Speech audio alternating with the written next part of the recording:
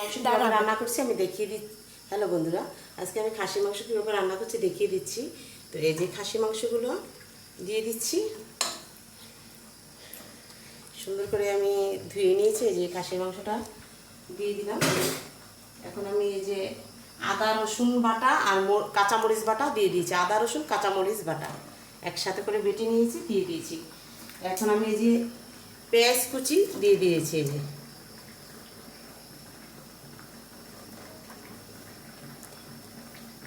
পেঁয়াজ কুচি দিয়ে দিয়েছি, তারপরে তেজপাতা, এই যে তেজপাতা কয়েকটা দিয়ে দিয়েছি, এক টুকরো লেবু, এই যে এক টুকরো লেবু আমি চিপিয়ে দিয়ে দিয়েছি।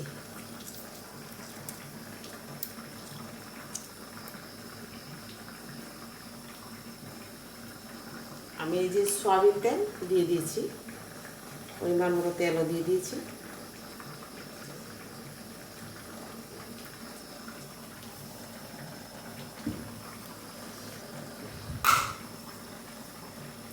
লবণ দিয়ে দিয়েছি পরিমাণ মতো, এই যে লবণ।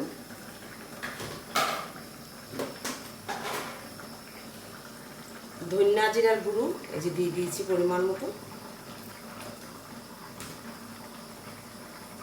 হলুদের গুঁড়ো দিয়ে দিয়েছি।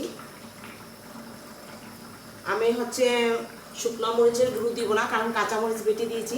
কাঁচামরিচের মাংস রান্না করলে, তরকারিটা বেটে রান্না করলে খুবই টেস্টি হয়। তো এই যে এখন এই যে আমি মেখে ঝুঁকে সুন্দর করে যে কিছুক্ষণের জন্য ম্যারিনেট করে রেখে দিব। তারপর কিছুক্ষণ পরে বসাবো, 10-15 মিনিট পরে আমি চুলোটা ধরাবো। এই যে সুন্দর করে মেখে নিয়েছি, এখন ম্যারিনেট করে রেখেছি। 10-15 মিনিট পরে আমি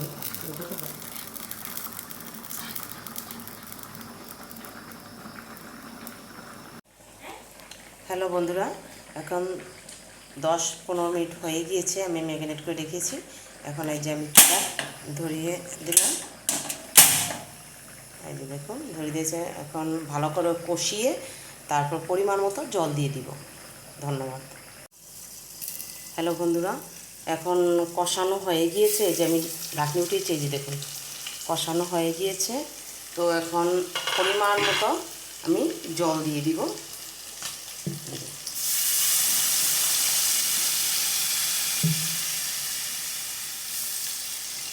পরিমাণ মতো জল দিয়ে দিয়েছি। এখন একটু নাড়াচাড়া করে দিব।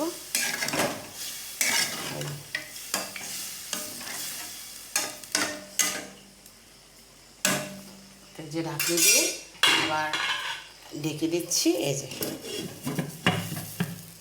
সাথে থাকুন, পুরোটা দেখতে পারবেন আপনারা। ধন্যবাদ সবাইকে। হ্যালো বন্ধুরা, এই যে আমার খাসি মাংস রান্না করা হয়ে গিয়েছে। তো আমি এখন পরিবেশনা করে দেখিয়ে দিলাম। সাথে থাকার জন্য সবাইকে অনেক অনেক ধন্যবাদ।